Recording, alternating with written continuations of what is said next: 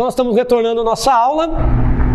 Vamos reiniciar aqui a nossa aula de História e Sociedade da Bíblia. Paramos nesse mapa aqui, ó, mostrando para os alunos que Ararat, onde a arca possivelmente parou aqui em cima, e eles foram mais ao norte, né? E eles foram em direção a leste. Então, dando-nos a ideia, foram em direção a leste para as terras de Sinar, dando a ideia que Noé e seus familiares não ficaram por aqui, não se estabeleceram, vieram para esta região e começaram a sair sentido leste, certo?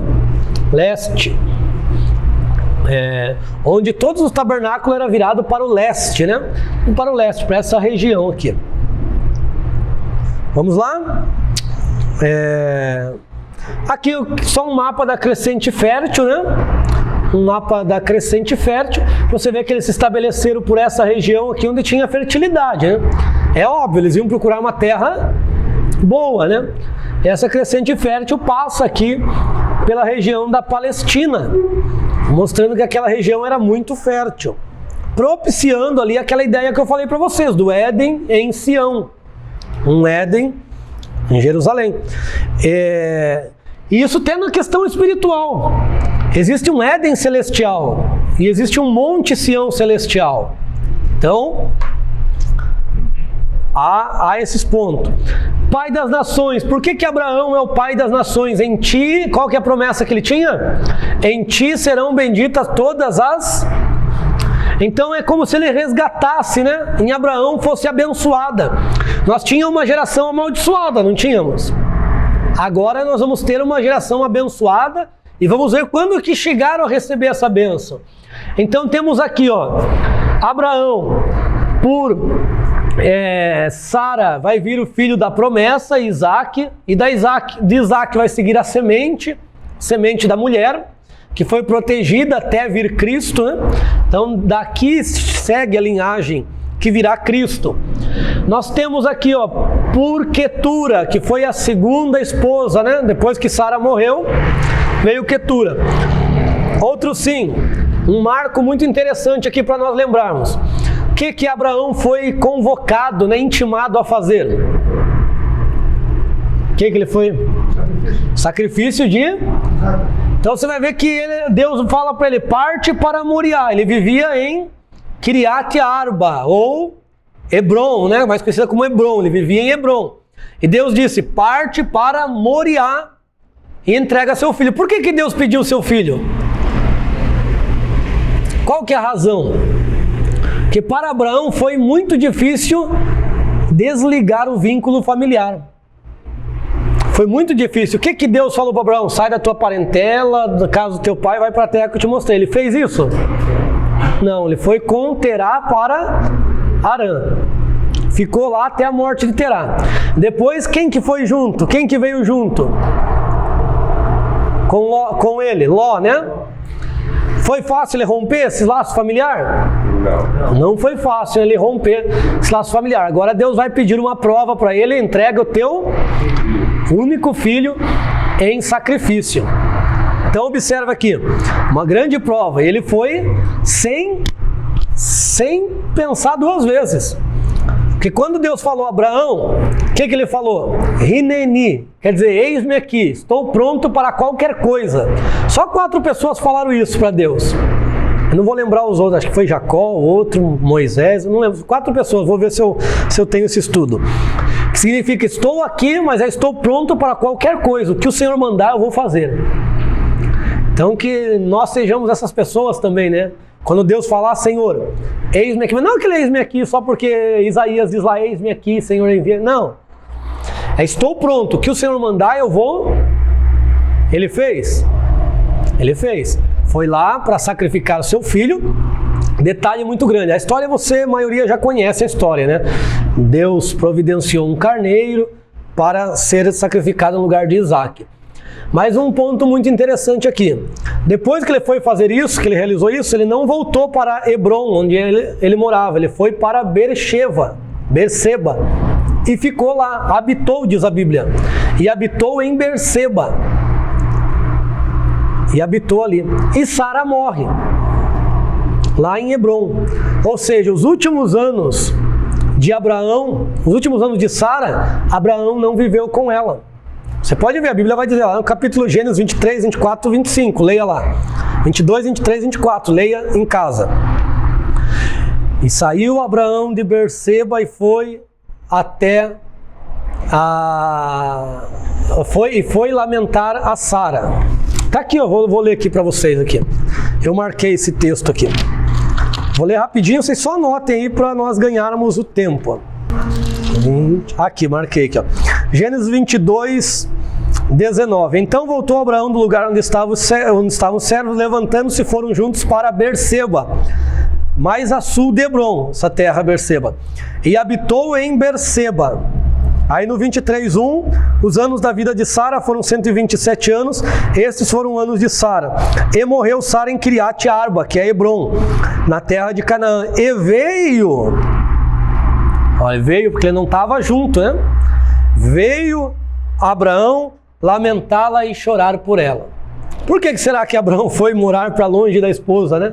Você acha que alguma mãe iria ficar feliz, né, ao ouvir de sacrifício do filho? Abraão correu para outro lugar, né? E ali ele se estabeleceu e a sua mulher morreu em Hebron. Aí ele foi lamentar. Então a mulher, a Sara, ela viu, acreditou na promessa. Sara é uma mulher que vai receber uma honra gloriosa. Ela não viu a prosperidade do seu marido. Ela viveu toda a vida com ele, não viu o seu marido ser próspero no cumprimento das promessas. Porque a partir da morte dela é que Abraão vai comprar uma terra, em Macpela, né? Vai comprar. Engraçado, interessante a história é que o rei queria dar para ele. Não, eu te dou a terra, você foi muito bênção para nós aqui, eu te dou a terra. Não, eu quero comprar. Possessão é diferente de direito, né? Então Abraão comprou, é dele. Se o rei desse apenas para ele, poderia vir outro e dizer, não, rapaz, você não tem nenhum contrato, vai embora. Então, tem crente, né? Tem crente que a facilidade diz, é bênção de Deus, né? Ó, tem uma terra ali, estão invadindo, vamos lá que é Deus que vai dar a nossa... É de Deus, vamos lá. Vigia, né? Tenha o direito pela terra, né? Tenha o direito.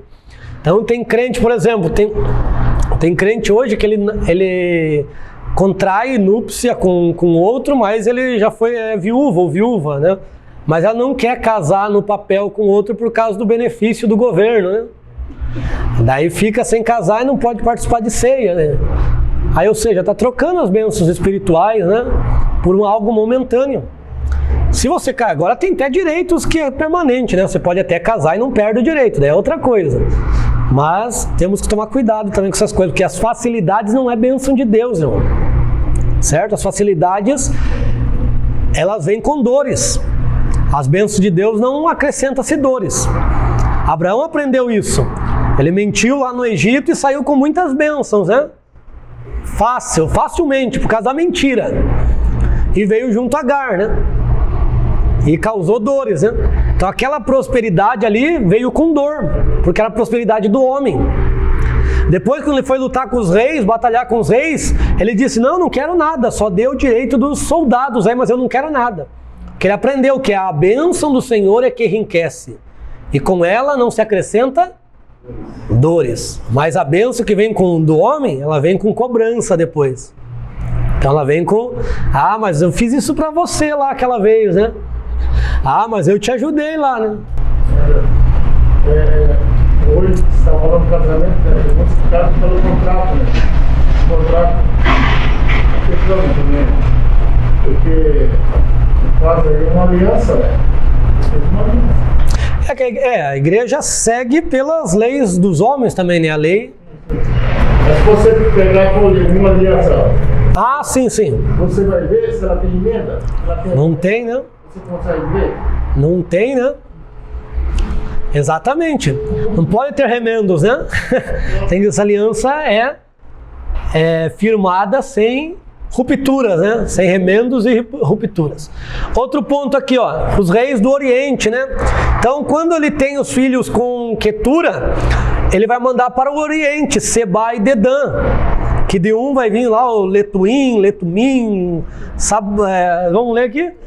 que vai vir a terra, que é aquela terra lá que o missionário falou, a terra de Sinim, que é China. Então, os orientais, lá da China, Japão, são descendentes de Abraão por Quetura. E descobriram muitos costumes judaicos em chineses. E tem até o Isaías 49, 9, virão da terra de Sinim. Sinim é um nome antigo para a China. Está dentro do conceito. Então eles são descendentes de Abraão também. E são os únicos que não vão fazer aliança, né, com o anticristo. A China é um dos países que não fará aliança. Porque os rumores do Oriente, né, vai causar pânico no anticristo. Então a China vai permanecer comunista até o fim dos tempos, né? E como nós estávamos conversando no início lá, a estátua de Nabucodonosor, ela vai perdendo a força, misturando barro com ferro, mostrando a fraqueza e força, que significa a democracia. A democracia, ao mesmo tempo que ela é forte, porque ela dá direito ao povo escolher, ela é fraca por causa da corrupção. Muitos corruptos. E os 5 dedos lá são 10 poderes. E você vai ver que tem um polegar em cada pé, mostrando Ocidente e Oriente. Então é uma nação cabeça no Ocidente e uma nação cabeça no Oriente. A cabeça do Ocidente sabemos que é os Estados Unidos, né? Nação mais forte do Ocidente. E a do Oriente, a China. É a nação hoje mais forte, mostrando o cumprimento da palavra de Deus. Então, analisem essa questão do Oriente para o Ocidente, porque é o plano escatológico, né? Como o relâmpago sai do Oriente e se mostra no Ocidente. O que é isso? É um movimento escatológico, Jesus está dizendo. É do Oriente para o Ocidente. E temos um marco muito forte. Temos um marco muito forte ali que aconteceu nos nossos dias, de Mateus 24, né? Que ali fala do Oriente para o Ocidente. E nós temos um marco que é o 11 de setembro, né? O mundo até 11 de setembro de 2001 era um. Depois mudou totalmente. Por quê? Foi atacado do Oriente para o Ocidente. Estados Unidos mudou totalmente a sua forma. Então o mundo sofreu uma mudança muito grande. Porque nós estamos vivendo esse plano escatológico. Aconteceu aos nossos olhos, né? Parte de Mateus 24 aconteceu aos nossos olhos ali. Certo? Então fique atento aí, esses movimentos do Oriente para o Ocidente, que é um movimento escatológico. Jesus falou isso, né? Opa, faltou o sacerdócio. Da onde que era Melquisedeque? Salém, Canaã, está em Canaã. Cidade dos Jebus lá, Jebus, também conhecido como Salém. Aí depois vai virar Jerusalém, terra dos Jebuseus. Ele era de lá. Ele era um sacerdote, diz a Bíblia, certo? Sacerdote do Deus. Ele estava em uma terra que estava amaldiçoada.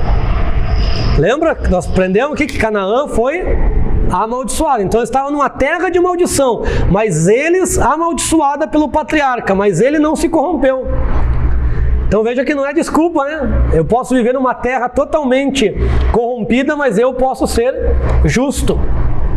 Ele servia ao Deus Altíssimo, diz ali. E alguns sugerem que ele era um anjo, que ele era tudo especulação. Ele não poderia ser um anjo, como uma tradição judaica diz, porque para ser sacerdote precisa ser homem. Então precisa ser homem para interceder pelo homem. Por isso que Jesus teve que vir como homem, para interceder pelo homem, para se compadecer do homem. Então ele veio como homem. Melquisedeque, mesma coisa, era um homem de Canaã. Logo, ele era um rei, né? Para ser rei numa terra, ele teria que ter se estabelecido, a sua família teria que ter se estabelecido ali primeiramente. Então a família de Melquisedeque se estabeleceu ali naquela terra e ele vem de uma linhagem de reis. E qual que é a linhagem dele? Canaã.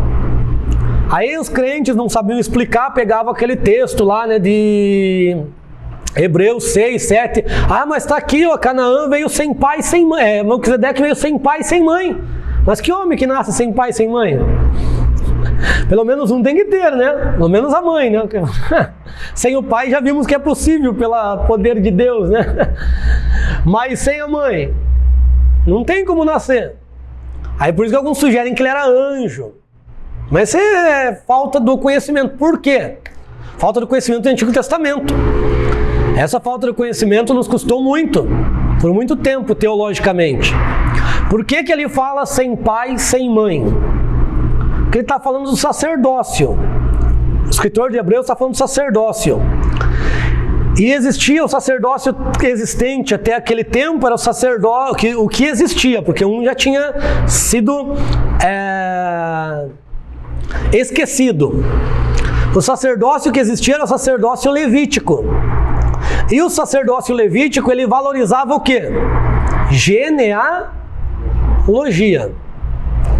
Se não tivesse dentro da genealogia, passado ali por Levi, passado por Coate, passado ali por Anrão, passado por Arão, não podia ser sumo sacerdote. Então valorizava a genealogia, de sorte que até os tempos de Cristo, Caifás e Anás lá vêm da genealogia de Arão. E Caifás, Anás, ele cai na própria lei, né? Porque a lei do sacerdócio, o sumo sacerdote não poderia rasgar as vestes. Haveria uma quebra de aliança, né? Se ele rasgasse suas vestes, e ele rasgou as vestes, né? Daí Levíticos está isso, por isso que ele rasgando a veste é sinônimo que aquele sacerdócio acabou, foi rompido. E abriu para um novo sacerdócio. E foi um sacerdócio que foi resgatado, porque é um sacerdócio que vem da ordem de Mel. E esse sacerdócio é o sacerdócio de Cristo, que não é uma tribo sacerdotal, é um reino de sacerdotes. Próprio Deus queria fazer isso com Israel, tornar um reino de sacerdotes. Só que Israel rejeitou, né? Por isso que Pedro vai falar, né? Vós sois sacerdotes reais. Apocalipse também, né, João? Comprou um reino de sacerdote, ou reis e sacerdotes. Pode falar. Quando ele rasga as vestes, ele está aceitando o sacerdócio de Cristo? Quando ele está falando? Não, ele está rompendo o seu sacerdócio. Aceitando que é Cristo também, ou não? Não, eles não entenderam, né, que Cristo era o sacerdote, né? Ele simplesmente rasga, rompendo, caindo de transgredindo um mandamento. Eu vou tentar lembrar o versículo, eu não lembro aqui. Mas diz que o sacerdote ele não poderia rasgar as suas vestes. Ao rasgar as suas vestes, ele está quebrando um mandamento. Então, automaticamente, ele está declarando que aquele sacerdócio está rompido. O sacerdócio dele foi rompido. Não que ele aceitou, eles não aceitaram, mandaram crucificar, né? E é interessante que os últimos geração, a geração de Cristo, 70 anos, por 30 anos, escreve lá o rabino, né? Shimon ben Gamaliel, né? Simão, filho de Gamaliel. Ele escreve que por 30 anos, a luz do candelabro acendia milagrosamente todo dia. Ou seja, acendia não, nunca apagava. Nunca apagou por 30 anos. E por 30 anos, segundo ele, quando eles iriam realizar o Yom Kippur, eles matavam um bode para o Senhor e soltavam outro para o deserto. E amarravam uma fita vermelha. E ele diz que milagrosamente essa fita vermelha ficava branca, cumprindo o que está em Isaías 1,16, se não me engano. Ainda que o seu pecado seja como a escarlate, tornar-se-ão brancos como a lã. Então ele diz que por 30 anos aconteceu esse milagre. Depois da ressurreição? Não, até esses 30 anos, né? Ele fala da geração de 70 anos. E ele diz já chego lá, ele diz que por 30 anos acontecia isso. Aí por 40 anos, eles acendiam a luz apagava. A luz cessou. E esses últimos 40 anos, cada dia a porta do tabernáculo amanhecia aberta. Eles iam lá, fechavam, amanhecia aberta. E nesses 40 anos eles faziam o sacrifício, soltavam o bode lá com a fita vermelha e ela não ficava mais branca. O que os judeus entenderam? Que Deus estava abrindo as portas para o inimigo entrar. E porque, né, se você pegar desses 70 anos, bem no 30 anos foi no momento da morte e ressurreição de Cristo. A partir da morte e ressurreição de Cristo, nunca mais foi aceito os sacrifícios de animais. Nunca mais Deus aceitou o sacrifício dos judeus. E aí, 70 anos, que foi quando Tito entrou, né? Então por isso que eu digo, 70 anos, esse é do período, por isso que eu coloquei a geração de 70 para explicar antes do que do 0 aos 70. Por isso que foi destruído, então, a Destruído o templo, 70 anos depois. Diga. De lei aí para nós. O sumo sacerdote entre seus irmãos, sobre cuja cabeça foi derramado óleo de unção, e que for consagrado para vestir as vestes sagradas, não desgrenhará os cabelos, nem rasgará suas vestes. Então aí, ó, eles não poderiam, né? Rasgou, transgrediu o mandamento, é a mesma coisa que uma vestes sagradas, consideradas ali santas, né? Porque o Kohanim, né?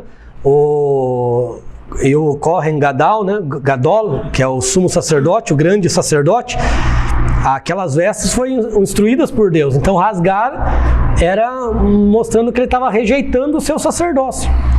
E nada mais, nada menos rejeitando, porque ou pondo um fim ao seu sacerdócio, porque agora ia começar um novo sacerdócio, um sacerdócio que não é uma vez ao ano que você entra na presença de Deus, é todos os dias. Esse sacerdócio foi até Moisés, de Adão, de Abel, de Adão, vamos colocar Adão, né? De Adão a Moisés, esse sacerdócio é que existia. Por isso que era nações. Você vai ver um Reuel lá em Midian, era sacerdote.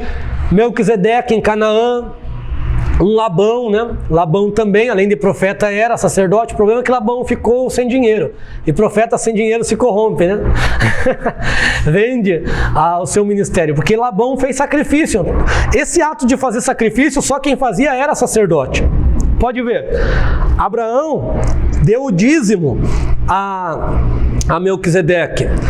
E Melquisedeque deu pão e vinho, porque ele era sacerdote, alimentou, e ele deu o dízimo a Melquisedeque. Esse ato ali, ao ele abençoar, quando ele diz, bendito sejas tu, do Deus Altíssimo, Abraão do Deus Altíssimo, quando ele abençoa, Melquisedeque abençoa Abraão, o que acontece automaticamente? As bênçãos de Abraão recaem sobre Melquisedeque. Por quê? Qual que era a máxima sobre Abraão? Abençoarei os que te abençoarem. Então olha que interessante, Melquisedeque disse, eu não quero viver debaixo da maldição de Noé, eu quero a bênção do Deus Todo-Poderoso, né? Então, aí entra o que nós estávamos conversando lá embaixo, né? Tem as maldições dos homens, mas tem a bênção de Deus, né? Os homens querem maldizer, querem, se você for lá, você vai ser maldito. Mas a bênção de Deus é que nós temos que recorrer. Certo? A gente tem que estar debaixo das autoridades quando estas estão debaixo da autoridade de Deus. Se romper, a Bíblia mostra a cobertura. Deus, cobertura de Cristo, Cristo do homem, o homem da mulher. Se um elo desse quebrar, sai da providência de Deus, sai da vontade de Deus. Então, o pastor, a autoridade eclesiástica, os membros têm que estar à sua sujeição. Mas se ele não tiver sujeição de Cristo, ele não está na bênção. Aí ele dá lado para carne, né? Certo? Então, nós temos que analisar isso biblicamente. Melquisedeque recebe a bênção de Abraão e esse sacerdócio ele era transferido. Então, ao mesmo tempo que Melquisedeque recebe a bênção de Abraão, o sacerdócio que está na vida de Melquisedeque passa para Abraão. Certo? Como que eu sei disso? Que até o capítulo 14 Abraão não sacrificava. Depois do capítulo 14 você vai ver que Abraão sacrifica. A única coisa que Abraão fazia é levantar altar. Depois do encontro ele vai fazer um sacrifício perfeito, pleno, que tipifica o sacrifício de Cristo. É o sacrifício do seu filho, né? O qual ele é chamado. Não, o outro sacrifício que ele vai fazer. Ele vai fazer 14, ainda ele não tem filho, né? 14 ali. Antes, ele vai fazer o sacrifício de animais, né? Carneiro, aves. Tá no capítulo 14 ou 15 ali de Gênesis. Depois você dá uma lida. Ele ficou até a tarde cuidando para que a rapina não pegasse o sacrifício, né? E veio um fogo de Deus e lambeu, né, o sacrifício, né? Flamejou aceitou o seu sacrifício. Era assim que era antigamente conhecido se Deus aceitava ou não, né? Vinha um fogo do alto e queimava o sacrifício. Com o sacerdócio levítico, Deus deu a estratégia dos homens colocarem fogo, né? Então já não era mais o fogo de Deus vindo e comendo o sacrifício. Era o fogo que os homens acendiam. Vai voltar a acontecer isso lá na inauguração do templo, né? Na inauguração do templo, vem fogo do alto e consome o sacrifício. Tá certo? Então nós temos aqui o sacerdócio. Olha aqui, ó. Reis do Oriente, sacerdócio de Melquisedeque e a semente da mulher, que era uma profecia. Não é os 3 ministérios de Cristo? Rei, sacerdote e profeta. Profeta. Porque a profecia, a semente da mulher nascerá. Então isso aqui é os 3 ministérios de Cristo.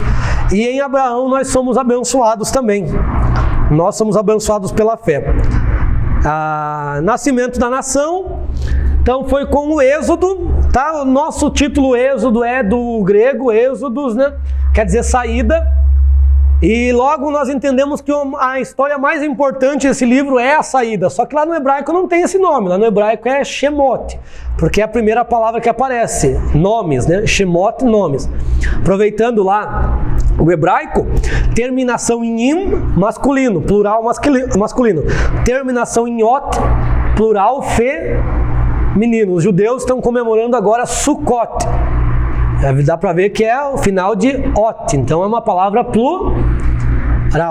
Festa dos tabernáculos, ou das tendas. Tendas, palavras femininas. Sukkah, Sukkot, masculino, plural, tá? Sukkah, tenda, Sukkot, tendas.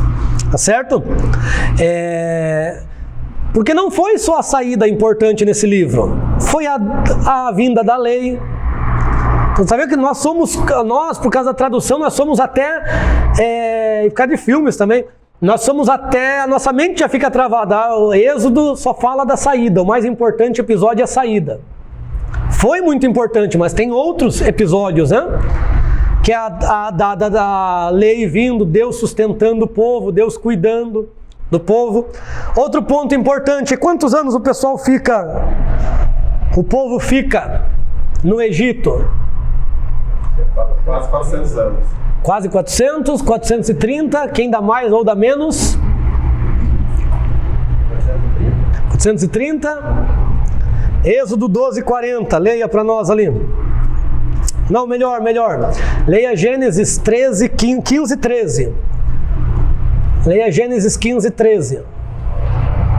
Quem achar, pode ler. Então ele foi dito: sabe, com certeza, que a tua posteridade será peregrina em terra alheia, e será reduzida à escravidão, e será fugida pelo lugar. 400 anos. Então era para eles ficarem presos 400 anos. Leia agora Gênesis 12:40, vamos ver lá. Êxodo 12:40, perdão. Falei Gênesis.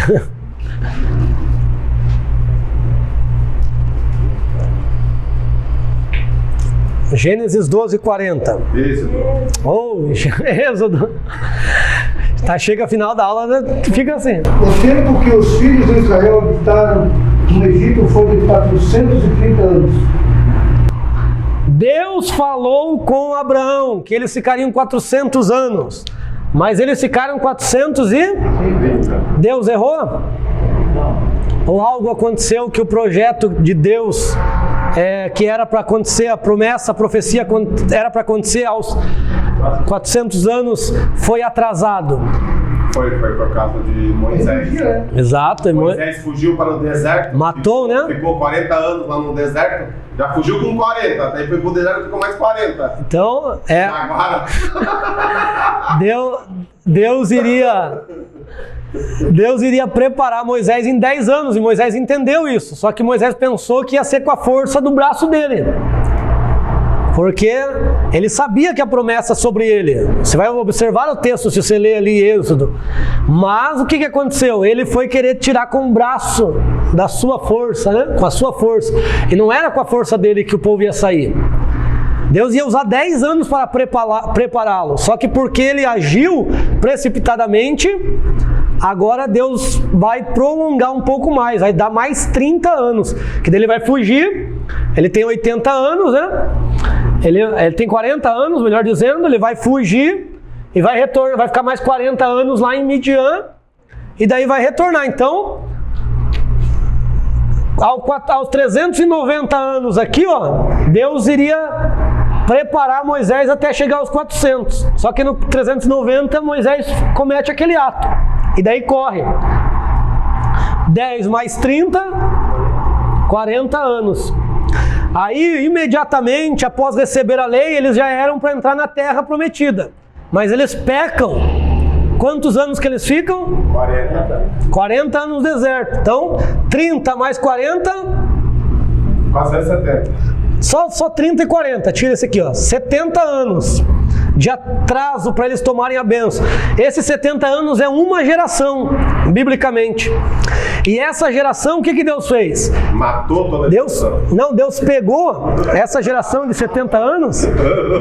Não, nesses 70 anos... Não é do Egito, não é o povo que sai.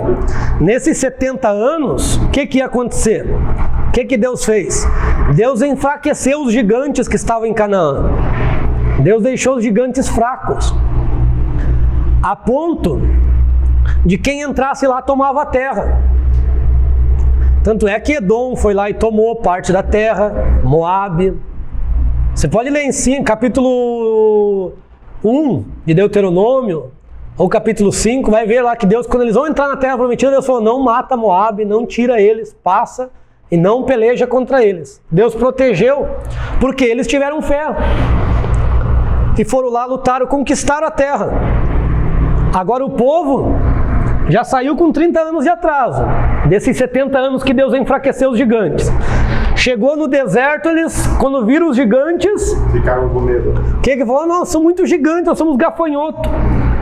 Aí eles ficaram 40 dias espiando a terra. Daí Deus falou, porque eles ficaram os 40 dias espiando a terra e duvidaram, esses dias se transformarão em anos. Eles vão peregrinar 40 anos. Ao perigo aí de líderes medrosos e medrosos, vamos para não falar outra palavra, né? Por causa deles, por causa desses 10 líderes aí, toda a nação, todo aquele povo pagou o pato. Mas só os dois ali, Josué e Caleb, que tiveram força, mas 10 contra 2, o povo foi ali, a favor dos 10 e tomava... Ali foi o clímax, né? Mas toda a geração se corrompeu. Se você analisar, toda a geração murmurava. Nos trouxeram aqui para morrer no deserto. Aí, sempre murmuravam. Aí Deus, isso provocou a ira, né? Em Deus matou toda aquela geração. Ali foi o clímax, né? Essa dúvida. Mas antes eles sempre duvidavam. Fizeram o bezerro de ouro, né? O problema de Israel será por causa desse bezerro de ouro, sempre. Eles sempre vão cair na idolatria. E nós vamos ver aqui, ó, o problema da rota. Porque todas as Bíblias aí a rota está num Sinai herético.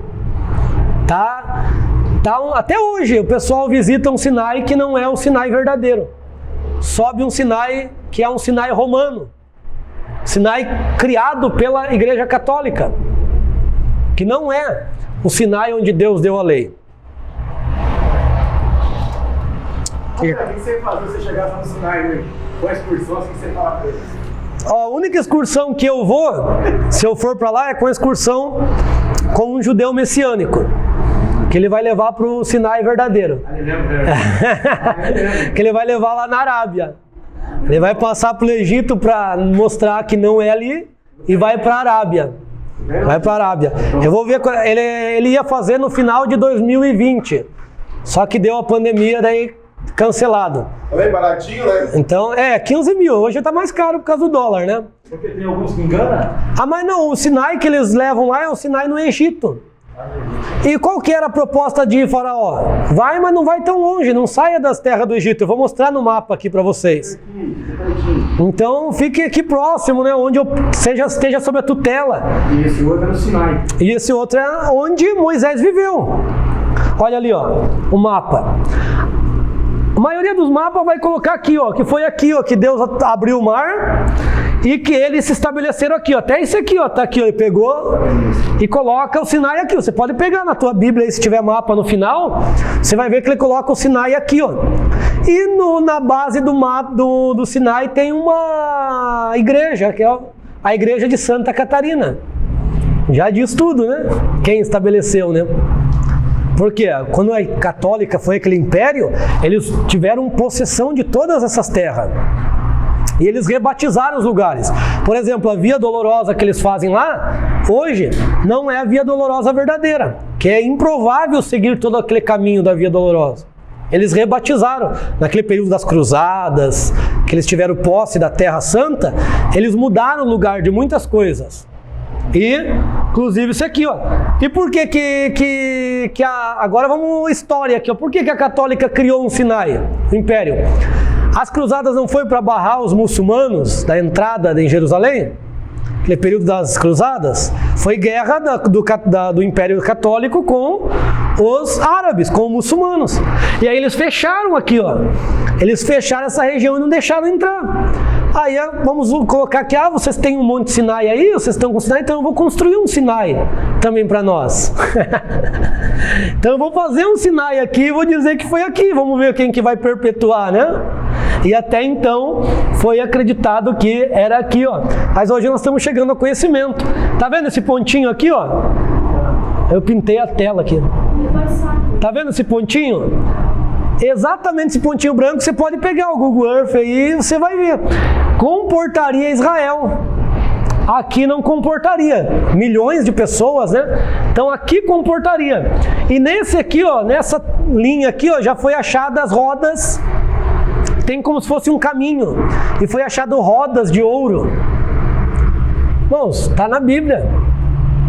Tá ali, né? Que foi afogado o exército de Faraó. E aqui, ó, depois vocês procurem lá no mapa também, Jebel El Laws, né? Laws, leis. Outro ponto interessante aqui.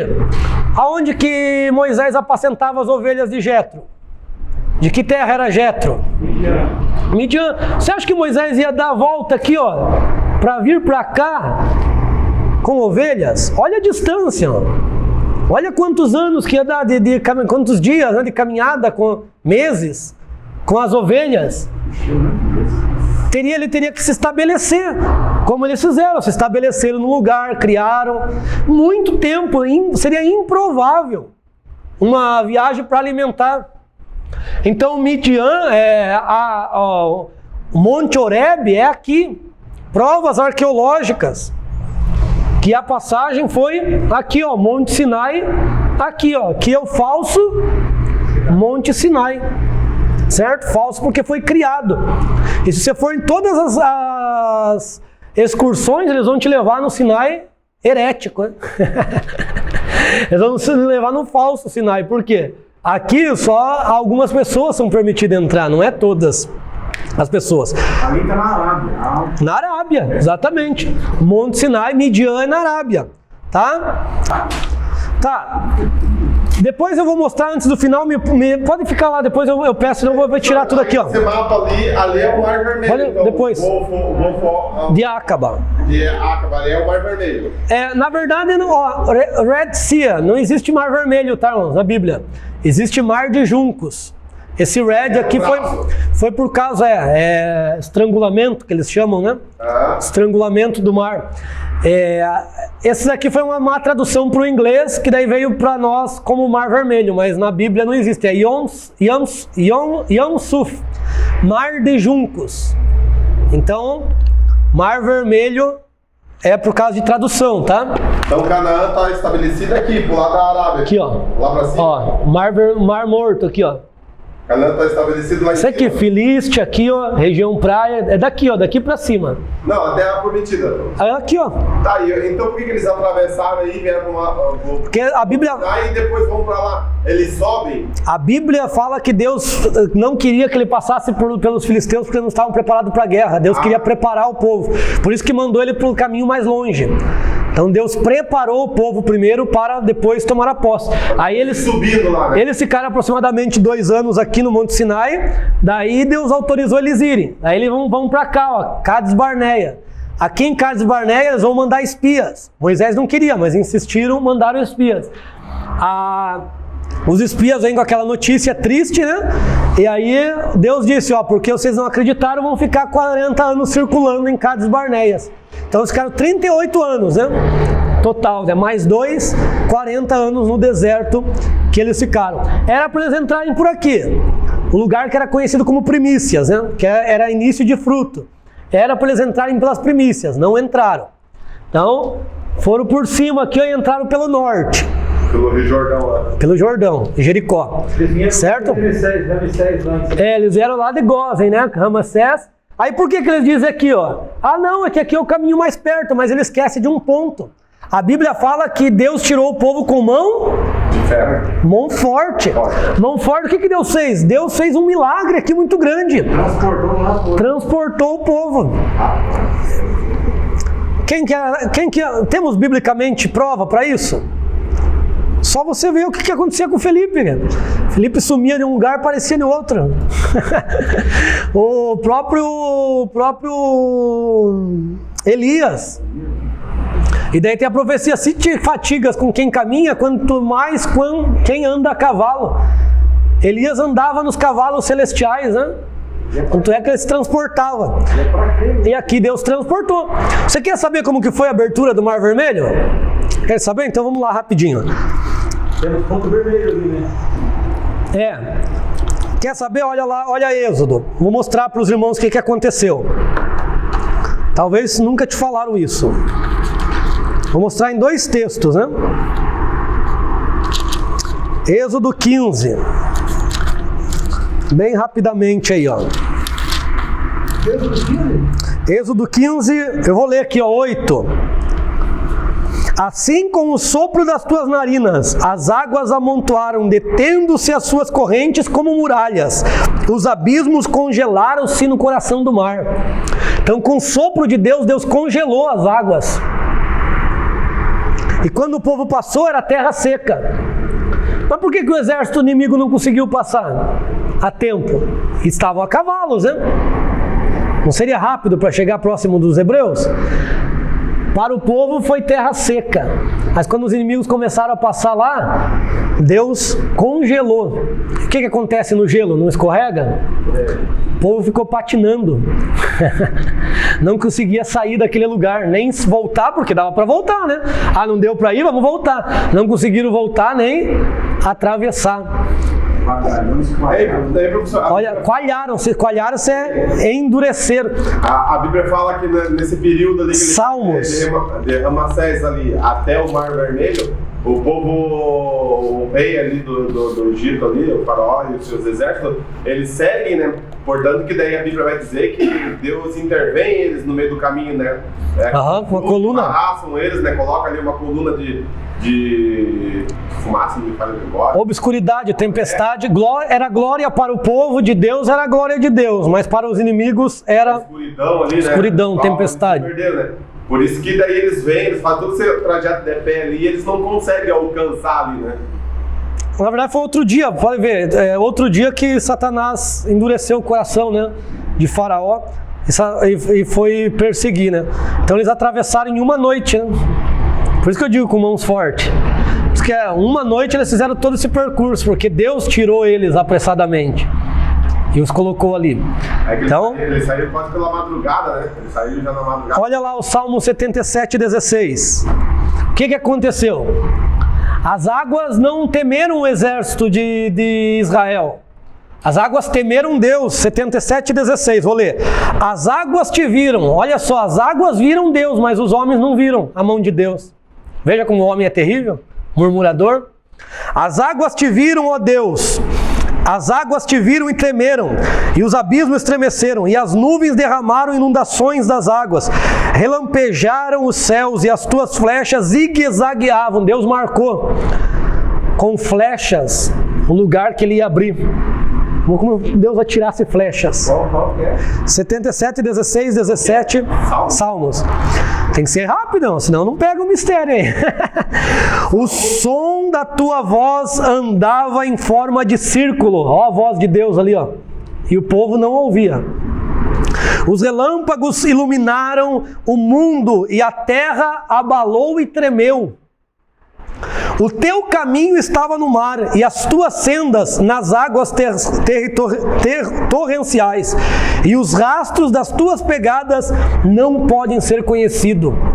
Deus marcou o lugar com flechas e ainda pisou, né? Cada pisada de Deus, o mar vinha se abrindo. 77 do 16 ao 20. Como que eu sei que essa parte fala da abertura do Mar Vermelho? Olha o 20. Nele conduziste o teu povo como um rebanho, pelas mãos de Moisés e Arão. Você viu o que Deus fez no mundo espiritual, irmão? Deus demarcou com flechas, a voz de Deus rondou por ali,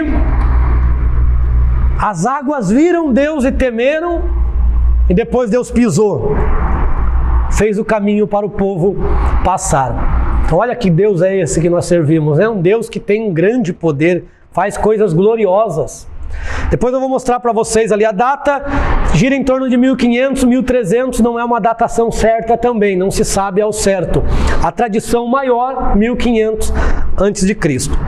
Temos a conquista de Canaã, que eles foram migrando para lá, eles se infiltraram, houve a revolta. Alguns dizem que a terra já era dele, já era de fato, porque Abraão comprou parte da terra ali, certo? Vê a importância de pagar o preço, por que Abraão quis comprar?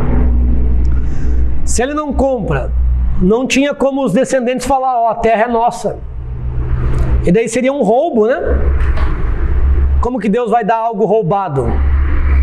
Então, isso é importante. Falar, não, mas a terra toda é de Deus, por isso que Deus deu esse povo. Não, mas teve alguém que pagou o preço. Teve alguém que pagou o preço por aquela terra também. Teve alguém que a passagem dele ali abençoou aquela terra. Seus descendentes, só que eles saíram para o Egito e depois agora estavam retornando. Só que retornaram em uma grande nação, né? E vão requerer a sua terra agora. Ou melhor, Deus vai expulsar os inimigos de lá porque a terra era deles. De fato, todo aquele território que Abraão passou, Deus deu. E mais ainda, a terra que Deus daria para os descendentes ia até próximo ao rio Tigre. Só que pela rebeldia do povo eles não conseguem tomar nem 10% da terra. Só voltando aqui, ó, todo esse território aqui é Egito, tá, pessoal? Todo esse território daqui para cá, ó, Egito. Então sair e ir para o Egito, ficar no Egito é contrário ao que a palavra fala, né? Então por isso que é aqui, ó. só uma prova. Irmão André, não acredito nesses artigos, eu só acredito na Bíblia. Então vamos para a Bíblia. Vai lá em Gálatas. Preciso provar para você que o Monte Horeb é na Arábia, né? Eu só acredito na Bíblia, não acredito nesses arqueólogos aí que podem mentir. Então tá, vamos lá. Gálatas 4:25, eu vou ler para vocês. Depois você lê na tua casa lá. Porque Paulo está fazendo uma tipologia. Porque esta Agar é o Sinai. Ele estava fazendo a tipologia de Agar sendo o Monte Sinai. Porque esta Agar é Sinai, um monte da Arábia, que corresponde a Jerusalém terrena. E ela está em escravidão juntamente com seus filhos. Está falando que os filhos de Sara é livre e os filhos de Agar são servos. Então os filhos da lei são servos e os filhos da graça são livres. É essa tipologia, mas vamos pegar o ponto geográfico que Paulo fala aqui. Ele está falando que o Monte Sinai é onde? Na Arábia.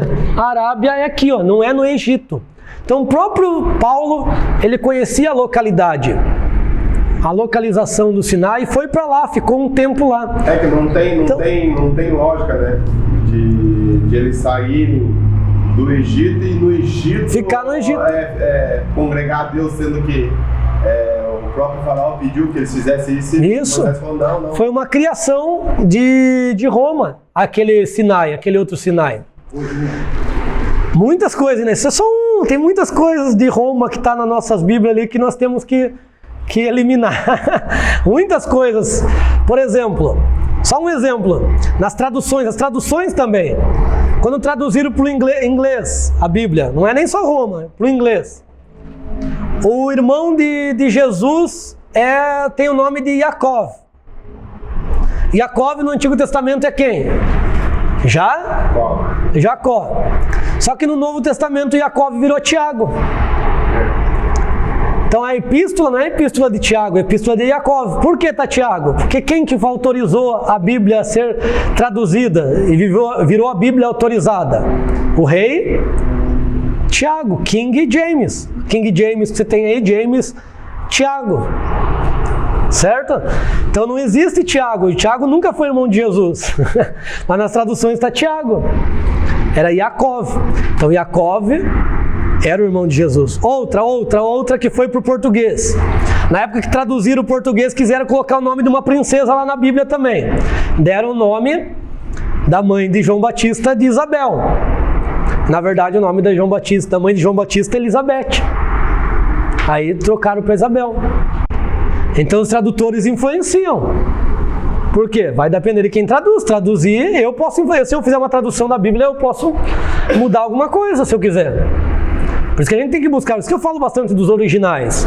E eu busco, né? Procuro buscar nas linhas originais. Eu não sou um hebraísta, né? Mas eu sou um pesquisador das línguas originais. Se você falar isso aí pra alguém já fala, pô... E tem muito. Falando sobre isso, errado. Por isso que eu falo aqui para mentes pensantes, né? Eu falei para vocês no início lá, tô falando para estudantes, não vou falar para... Não tô doutrinando, não tô falando para ovelha. Tem coisas que você tem que tomar cuidado ao falar para a igreja, você não pode... Você tem que ter firmeza no que você vai falar. Aqui nós estamos aprendendo algo novo, interessante, e se caso você vai falar e expor isso para a igreja, você tem que ter ali a firmeza nos textos bíblicos. Na história, né? Porque eles vão vir te perguntar, e aí você vai ficar gaguejando? O professor fala. Você pega, sabe qual é o problema? Que para nós, nossa escola veio do Ocidente. Nossa escola veio do Ocidente, influência ocidental, Grécia. Só que existia também, só que foi aprisionado e ninguém falava disso. Existia também a tradição oriental, que a Bíblia foi escrita nas línguas orientais, o aramaico. Então existia uma tradução aramaica que não tinha chegado até nós, agora está chegando, que é a Peshittá. Então, a nossa só chegou os textos receptos, pelos gregos ali, né? Erasmo, e foi indo, texto recebido. Só que agora está vindo direto das línguas originais. Aquela mensagem que eu compartilhei para vocês lá do Aleph, Tav, por causa de bíblias que trazem do aramaico, língua que Jesus falava. Certo? Então, aí no aramaico você vai ver lá, Yaakov, e não Tiago. Período dos reis, depois vem juízes, né, até chegar a monarquia, tá certo? Daí na monarquia nós vamos ver com Davi. Quem estabelece Israel como nação é Davi. Até então era uma liga tribal. Eles estavam unidos por causa de laços de irmandade. Saul não consegue unir a Israel. Quem une é Davi. Aí Salomão vem, fica 120 anos Reino Unido e depois há a queda, né? A vida religiosa, como se formou o tabernáculo? A formação do tabernáculo se dá justamente no jardim. O jardim era lugar santíssimo, porque onde Deus se manifesta é lugar santíssimo. Então o Éden aqui, era um lugar santíssimo. Adão e Eva pecam, são afastados, então se transforma no lugar santo. Aonde que Caim vai matar seu irmão? No campo. Por isso que o átrio é que está o altar de sacrifício, por causa do derramamento de... E ainda Caim vai para mais longe de Deus aqui, porque ele vai para a terra de Nod. Então viu o caminho que o homem fez? Afastando-se de Deus. E agora Jesus faz o caminho inverso, né? E diz, eu sou o caminho. E Deus não guardou o caminho que levava à árvore da vida? Eu sou o caminho, a verdade e o caminho, a verdade e a vida. Então quando Jesus disse, eu sou o caminho, a verdade e a vida, os judeus entenderam. Porque no dia de Yom Kippur fazia-se um caminho aqui para que o sumo sacerdote atravessasse. Certo? E aqui no lugar santo era revelado algumas verdades de Deus, no candelabro, na mesa de pães, no altar de incensário. E no lugar santíssimo a vida, porque a vida vem de Deus. E olha que interessante a tipologia. Quantas colunas tem aqui? 1, 2, 3? 4.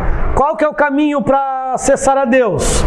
Mateus, Marcos, Lucas, João. O Evangelho. Quando eu abro o Evangelho, o que eu vejo no Evangelho? O sacrifício de Jesus. Logo eu passo para as águas batismais, que é as lavagens. Quantas colunas eu tenho aqui? 1, 2, 3, 4? 5. Apóstolos, profetas, evangelistas, pastores e doutores. Porque quem entra no lugar santo são os ministros, para ministrar na mesa, são cheios do Espírito, e no altar de incenso para realizar a adoração. E a entrada aqui é só o sumo sacerdote. Depois, com o sacerdócio de Melquisedeque, vem todo ano. Porque você sabia que Moisés ele poderia entrar todos os dias no tabernáculo. Arão podia entrar uma vez no ano só. Porque o sacerdócio de Moisés é superior ao sacerdócio de Arão.